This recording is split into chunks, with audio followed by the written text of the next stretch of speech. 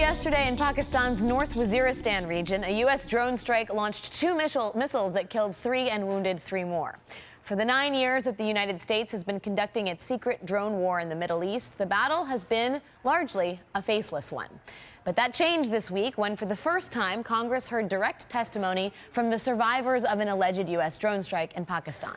At a hearing organized by Florida Congressman Alan Grayson on Tuesday, Rafiq, a Pakistani school teacher, and his 9-year-old daughter, Nabila, and 13-year-old son, Zubair, testified about the day their grandmother was killed in a U.S. drone strike in Pakistan's North Waziristan region, the same location as yesterday's strike and a known terrorist enclave. It happened on October 24th, 2012. Mamana Bibi, a 67-year-old midwife, was tending to her garden when she was struck and killed by a U.S. drone. Her grandchildren, those testifying, were among the victims of that attack. Nabila's body was too badly burned for her to run away. Her brother Zubair was forced to undergo surgery and special medical treatment to remove the considerable amount of shrapnel in his leg. 1 year later, Mamana Bibi's family has yet to receive any acknowledgement that U.S. forces were responsible for her death, nor have they received compensation for their loss or their medical expenses. The Rehman family's testimony is taking place as new reports from the United Nations, Human Rights Watch, and Amnesty International document the human cost of drone strikes and demand more accountability. Yesterday, Pakistan's government claimed the U.S. drones took the lives of 67 civilians since 2008, a figure far lower than earlier estimates. Earlier this week, I spoke with the Rehman family and asked 13-year-old Zubair what happened on October 24th of last year. It was the day before Eid, and I had just returned from school. I had gone inside the house and I had prayed, and then I had a snack, and then my grandmother had asked me to come help her in the fields. We were collecting vegetables to prepare for the meal tomorrow. While we were outside with my grandmother, I heard a dum-dum noise, and I saw 2 missiles fall down right where my grandmother was standing in front of me. Everything became dark, as if I couldn't tell the difference whether it was night or day. I just heard a scream, and next thing I knew, I was just running because I was just so scared. Later, I found out that my grandmother was blown up into pieces. There was pain in my left leg. It was as if I was on fire, and I could feel some blood coming out. Despite the pain, I still tried to run to get out of there, and about 5 minutes later, I heard the same dum-dum noise, and 2 missiles again came down. I later heard that this is a tactic that's used, that whoever was in the house would come outside. So my cousins who were in the house had come out after hearing the first attack, and in total 9 children in my family had been injured as a result of this. Nabila, did you know what a drone was? Had you seen one before? Yeah, they're always there. And are children in the neighborhood afraid of them? What do you think of them? Before, it was something normal to us. We'd always hear it. But after the attack and they saw that my grandma got killed and that I got injured, my friends would tell me that we're scared now because this could happen to us. Rafiq, I would ask, 9 children in your family were injured in this attack. What was your immediate reaction? I mean, now looking back at it, I can't make sense of it. I still don't understand. We're a family of educators. I'm a teacher. My father was a retired principal of the school I teach in now.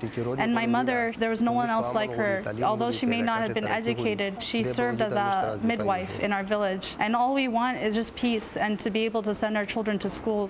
Is this something that has happened to other families that you know of? I've heard of these incidents like this, but it's never been someone that I personally have known. And unfortunately, we're all poor people and we don't all have the opportunity to share our stories. And even if we did, it's not as if many people want to hear it. When we talk about the injuries sustained by Zubair, he was very badly injured in his legs with shrapnel. And has anybody helped pay for the medical bills because of his injuries? The whole reason I even considered writing to my government was because Zubair needed a surgery that was very expensive, and I'm a poor person, I couldn't afford it. But all they had said was, what happened to you is very sad and unfortunate, and that this was a result of an American drone. That's why I've taken out loans and I'm in debt to pay for his surgery. Jennifer, I'd like to ask you a question in terms of getting the family here to the United States. How difficult was that, given how much the U.S. government has been reticent to acknowledge that there have been civilian tolls in drone strikes, and just generally the thorniness of getting papers to come into the U.S.? It wasn't easy. It's probably been about a 6-month process at this point. For people living in this area, one of the biggest impediments, even as a starting point, is birth certificates. It's not standard for someone to get a birth certificate when a child's born. So for Nabila and Zubair, we had to start from the very beginning in trying to get them paperwork of a birth certificate to then even be able to get the passport, to even be able to then apply for the visa. It was further complicated by the fact that the family was supposed to travel initially with both me and their Pakistani lawyer, Shahzad Akbar, who's a Reprieve legal fellow who works closely with over 150 families who have been affected by drone strikes, and the U.S. refused to grant his visa. So we then had to scramble to figure out another way to get them here, and what wound up happening is I flew all the way to Islamabad to get them and then came to D.C. Coming up, I asked Zubair Rehman what he, as a young man, thinks about the United States. I'll have more of my interview with the Rehman family next on Now.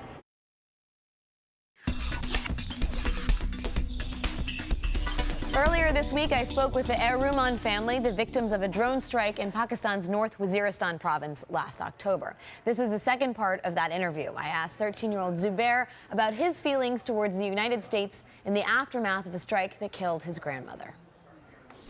My friends were telling me that I should not actually come to America because they were the ones who had done this to me. But I just thought that they must be people just like us. This is not something that I should take out against Americans, but it's their government. And now that I'm here, I've seen that Americans are very nice people. They're respectful, and they treat me like a human being. But all I request is that they end these drones so that I can also live in a peaceful country. Nabila, when you go outside and play these days, are you scared?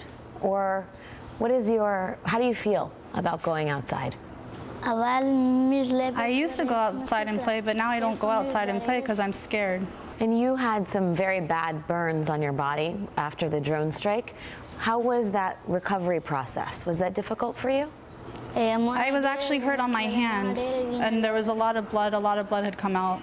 Rafiq, I want to ask, your children are here, and it's a wonderful thing that they're here to talk about this, but your family has sustained much trauma. And when you think about the United States, I'm sure there's a lot of anger and frustration. I would also ask about Pakistan and how you feel about your country that has, in some cases, allowed these drone strikes to happen. I was upset with America, but I know that they did not intentionally do this. But I just don't understand why my children ended up getting hurt and my mother died. All I want for my children and hope for them is that they can live in a peaceful environment and that they can complete their education. But now they live in fear, constant fear. I'm aware that the Pakistani and American government may both be aware of these drones that are happening. And I feel that the Pakistani government has failed me because I am a citizen of that country. And as a citizen, their duty is to protect me. So I feel a bit neglected. So obviously, I just don't understand that. But what I do want is that these two governments find a way to bring peace in my neighborhood, either by discussion and ending these drones so that we don't have to live in fear any longer. Jennifer, I'd like to ask you a question. In terms of this informational voyage, if you will, to let this family tell their story, which is highly under-discussed in terms of the casualties from these drone strikes, do you expect that the U.S. government, I mean, how optimistic are you that policy can change? This policy of drone strikes seems to be working quite well for parts of the American counterterrorism community. What's your feeling now that the family has been in the United States and told this story? I mean, I think we're very optimistic. We're optimistic that if you put a human face on the numbers, and this debate, one of the problems with this debate has been that it's been purely numbers to this point. It's been numbers and policy without anyone taking into account that those numbers represent people like Rafiq, Nabila, and Zubair. And what our hope is that when you put those faces to the numbers and you start telling the stories, that people in Washington start listening, that this strike doesn't meet any of the criteria. And if strikes like this are happening, is this really the policy we should be pursuing?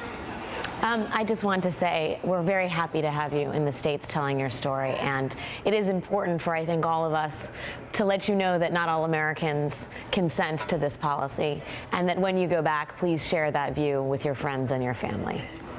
So, dear, thank you. Thank you. Thank you for your time.